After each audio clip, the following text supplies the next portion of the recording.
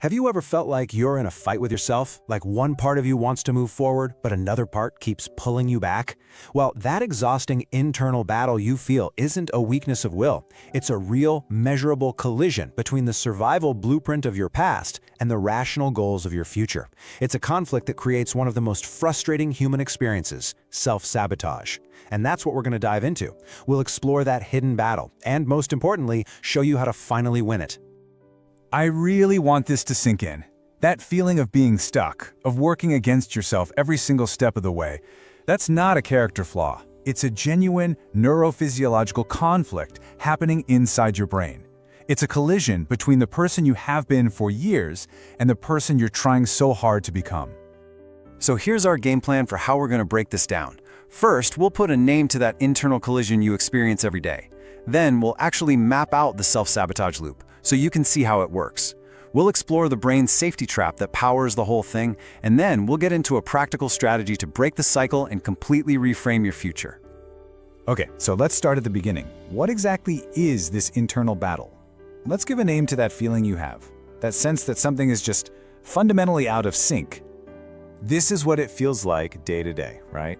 It's that chronic sense of being a fake, imposter syndrome. It's the paralyzing indecision that keeps you from making a choice. And it's that bizarre, incredibly frustrating pattern of undermining your own success right when you're about to win.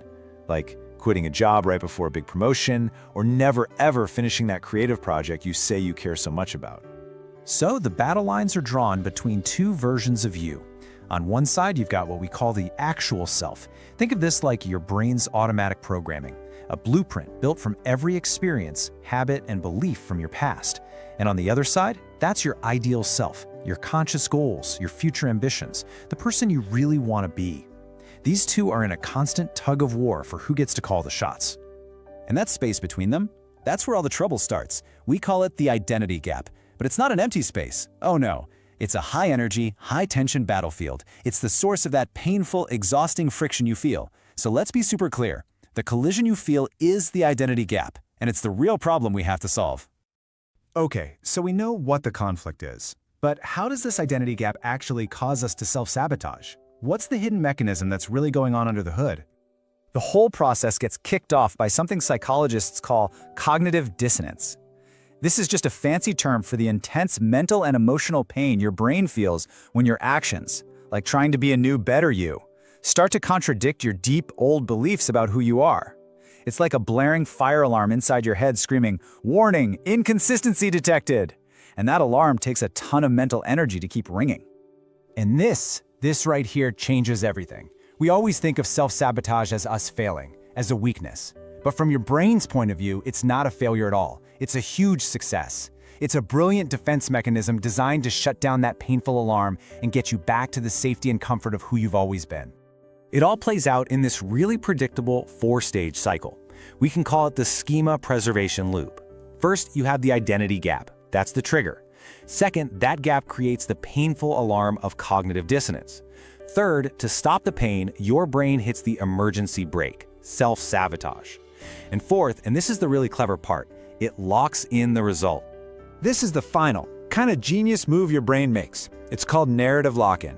After you've sabotaged yourself, your mind instantly creates a perfectly logical, completely rational story to explain why it was the right decision. I wasn't really ready for that promotion anyway, or it just wasn't the right time for that project. This story makes your retreat feel smart, it strengthens that old identity, and it guarantees the whole cycle will just happen again next time. So we've got the what and the how, but the biggest question is why? Why is our brain so fiercely, so ridiculously committed to defending a version of ourselves that we don't even like anymore? The answer comes down to this really powerful psychological drive called self-verification theory. Basically, it just means we have a deep, fundamental need for our world to be consistent with what we already believe about ourselves. Your brain wants proof that it's right, even if it's right about something negative, like I'm not good enough or I always mess things up. And this really says it all, doesn't it? To your brain, consistency equals safety, predictability. Change, on the other hand, well, that feels like chaos. It's uncertain. It's a threat to who you are.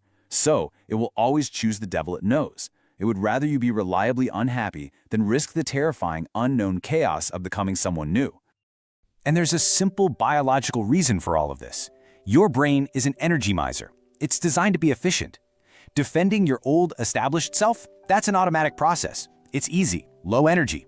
But trying to completely rewrite your core identity, whoa, that is one of the most energetically expensive things your brain can possibly do. It will always choose the path of least resistance. We can even see the two main players in your brain running this whole show.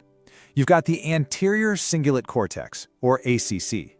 Think of it as the brain's smoke detector. It's the part that sounds that painful alarm of cognitive dissonance. And the moment it goes off, your highly intelligent prefrontal cortex, the PFC, jumps in. But instead of helping you push through, it uses all its brilliant power to act like a lawyer, rationalizing the retreat and crafting that perfect story that makes failure feel like the smart choice. Okay, I know, that might sound a little bleak, but understanding the system is the absolute first step to changing it. So let's get to the most important part. How do we actually break this cycle?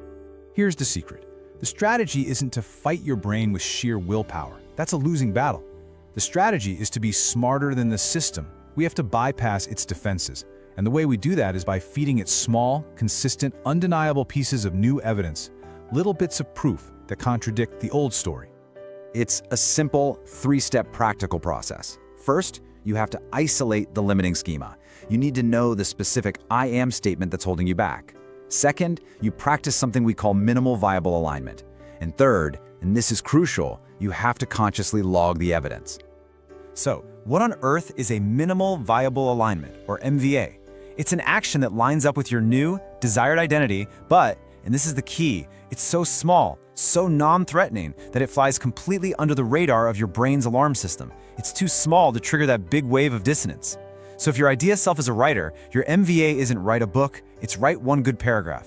If you want to be a leader, your MVA isn't give a keynote, it's ask one insightful question in the next meeting.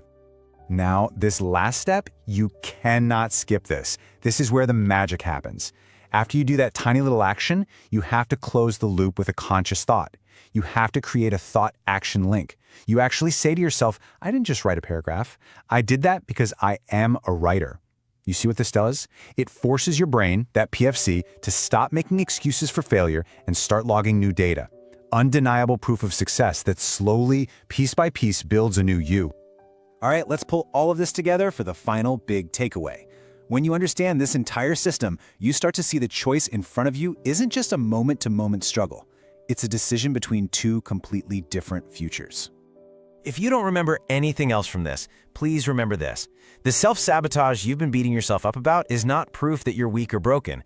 It is powerful proof of your loyalty. It's a declaration of loyalty to an old version of yourself that maybe kept you safe once, but is now just holding you back. So I'm going to leave you with a direct challenge. Forget about the huge, overwhelming goals for just a second.